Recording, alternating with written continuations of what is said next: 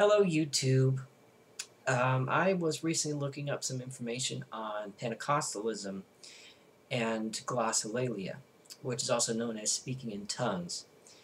And I was trying to find their scriptural justification for saying that it's a necessary sign of the baptism of the Holy Spirit. And I came across a couple verses in Mark chapter 16, verses 17 and 18 specifically. I'm going to read from the New Revised Standard Version. I need something easy to read. So these say, "And these signs will accompany those who believe. By using my name, they will cast out demons. They will speak in new tongues. They will pick up snakes in their hands, and if they drink any deadly thing, it will not hurt them. They will lay their hands on the sick, and they will recover." Okay. Well, it seems that the Pentecostals, they've picked what they wanted out of these couple of verses, but there seem to be other signs of those who believe in here also. Now, I have had some explanations given to me on why we don't see these signs in professing believers today, and they usually say something like, "Oh, this was only applying to the apostles, or it was only applying to people who were present at Pentecost, who received the Holy Spirit at the time, or it was only applying to people in the New Testament church."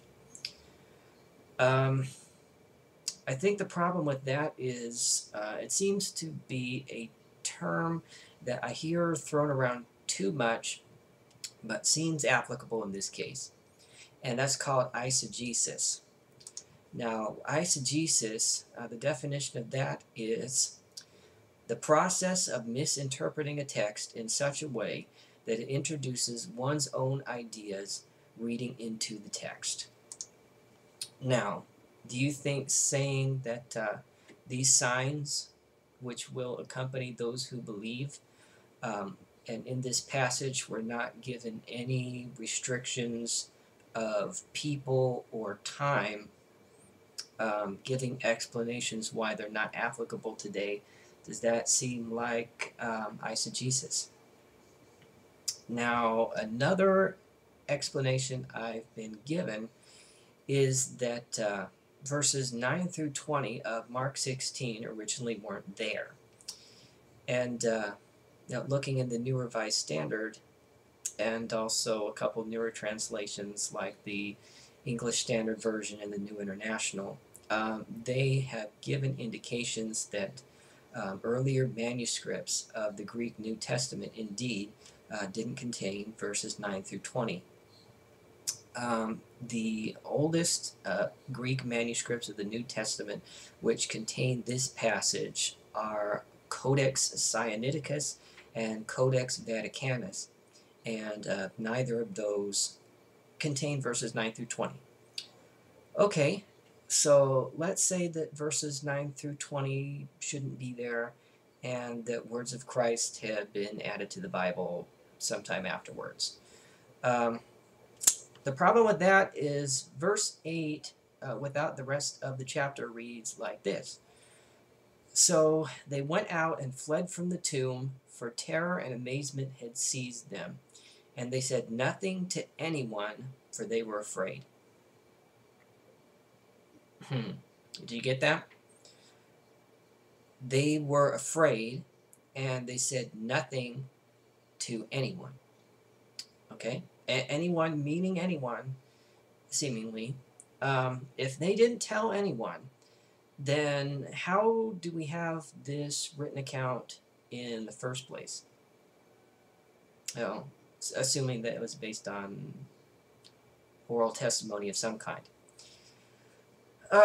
So, another explanation to try to harmonize this passage a little bit. There is a Latin manuscript called Codex Bobiensis, which actually has something that's referred to in this New Revised Standard as the shorter ending of Mark, which reads like this. And all that had been commanded them, they told briefly to those around Peter. And afterwards, Jesus himself sent out through them, from east to west, the sacred and imperishable proclamation of eternal salvation. Okay.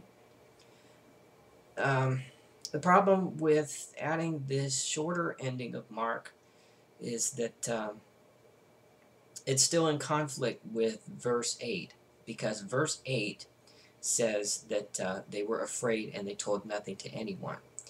And this shorter ending says that they told briefly to those around Peter. So which one was the case?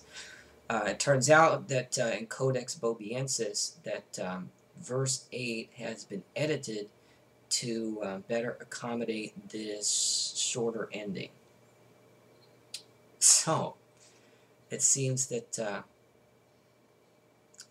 we have to do a whole bunch of juggling of some kind in order to try to harmonize this passage.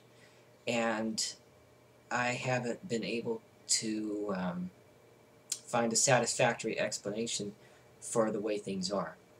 So if you've researched this more than I have, and you've come up with a logical, reasonable explanation, I'm all ears. Thank you.